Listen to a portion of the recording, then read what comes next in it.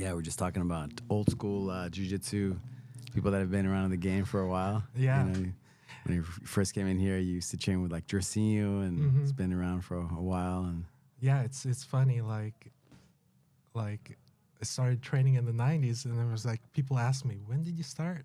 And then you start feeling really old.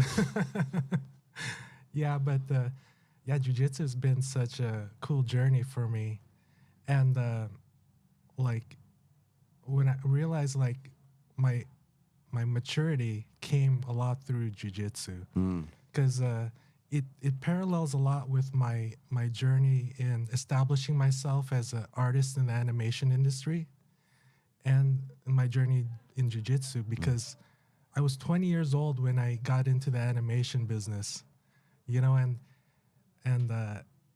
you know that was like my dream job.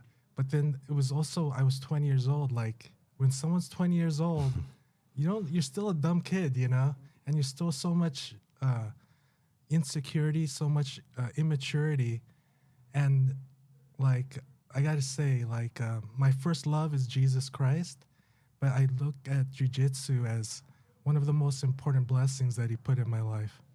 Because I realized, like looking back, if I didn't have jujitsu, the animation industry would have eaten me alive, you know, because there's so much, you know, like being 20 years old, and I feel like I'm a good artist, and then I'm thrown into animation business where I'm surrounded with professional artists, and just the insecurity, like, oh, can I fit in? Can I make it in this industry? And you know, to have jujitsu there to build my confidence, to challenge me, and to help me like to believe in myself in a genuine way. Like I'm so grateful for that, and just the ways that I've grown through jujitsu. You know, because like when I got into animation, it was my dream job. You know, since you're a little kid, since I was a little kid, you know, all I want to do is draw superheroes. You know, I taught myself how to draw, and like I just copy comic books. And when I got into the industry, I was like a self-taught artist. You know, Wow. and that was my dream. And I was working with artists. I used to collect their comic books. You know, and then what kind of surprised me was I was like in my dream job. And then there were some veterans that I was working with, and I was like kind of surprised, like they would be kind of complaining a lot. They're kind of unhappy or kind of frustrated with their careers. And I realized like, okay, like having the fulfilling life is a much bigger quest than even having the job of your dreams. And so when I started making friends in the business, and there was two guys. One guy whose name is Andy Tom. He was a martial artist, and he would train over at the Inner Santo Academy, and he would be part of their jiu-jitsu program. And then another guy is Joaquim dos Santos. Like Joaquim would train here before too. Ricky did. Joaquim dos Santos. Joaquin, yeah, Joaquin, yeah, of course, yeah. And those two guys, like they would try to influence me to get into jiu-jitsu. And From back in the day, huh, Yeah. Joaquin? Yeah. Wow. those guys started training in the mid 90s, and they would like show me like the Choke documentary, and they'd show me like all these MMA You got the videos. little Hickson Gracie doll, Yeah, right? yeah, yeah. And then We're in they'd that. show me like hours and hours of videotapes of Shudo fights. Mm-hmm. You know, and I became a big fan of Rumina Sato. Yeah, yeah. Like that guy was like, He was the first lightweight superstar, you know, he's MMA like superstar. Bruce Lee, you know. Flying arm bars. Hmm.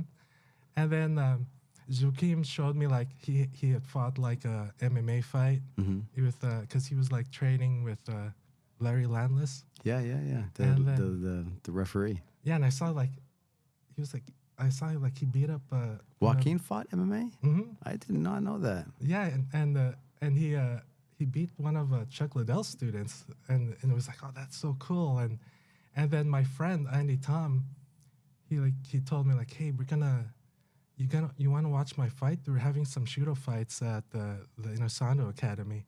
So then I went there, and it was so cool. And he fought 2 fights, and in the audience, like Hickson Gracie went to showed up there, and I was like just a nerd, you know.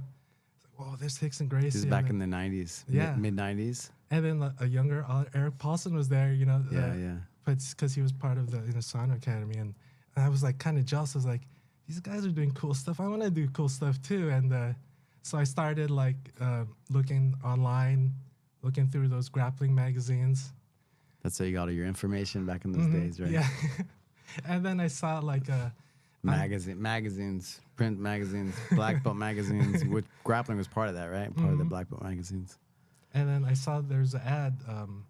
Andre Lima had his martial arts academy there, and then he said like they were offering jiu-jitsu classes, and I hit him up and asked him like, "Who's your instructor?" So you went to Andre Lima's school, huh? That's because he said we got this instructor named Gerson. He's from Gracie Baja, and he's also training with the Machados right now, and he's our instructor. And then I remember Gracie Baja because like I'd seen Henzo fighting, Hal fighting, and I knew like those guys were like my idols at the time, you know, because they were like real. They had an edge to them, you know, and I remember like that they would show me some grappling matches, and I remember there's that team, the team that had the Tasmanian Devil on it, and to me like that's like Gracie Baja's evolved to be something cool, but to me, like that generation with the Tasmanian Devil, like that was the coolest. That was like the golden era. That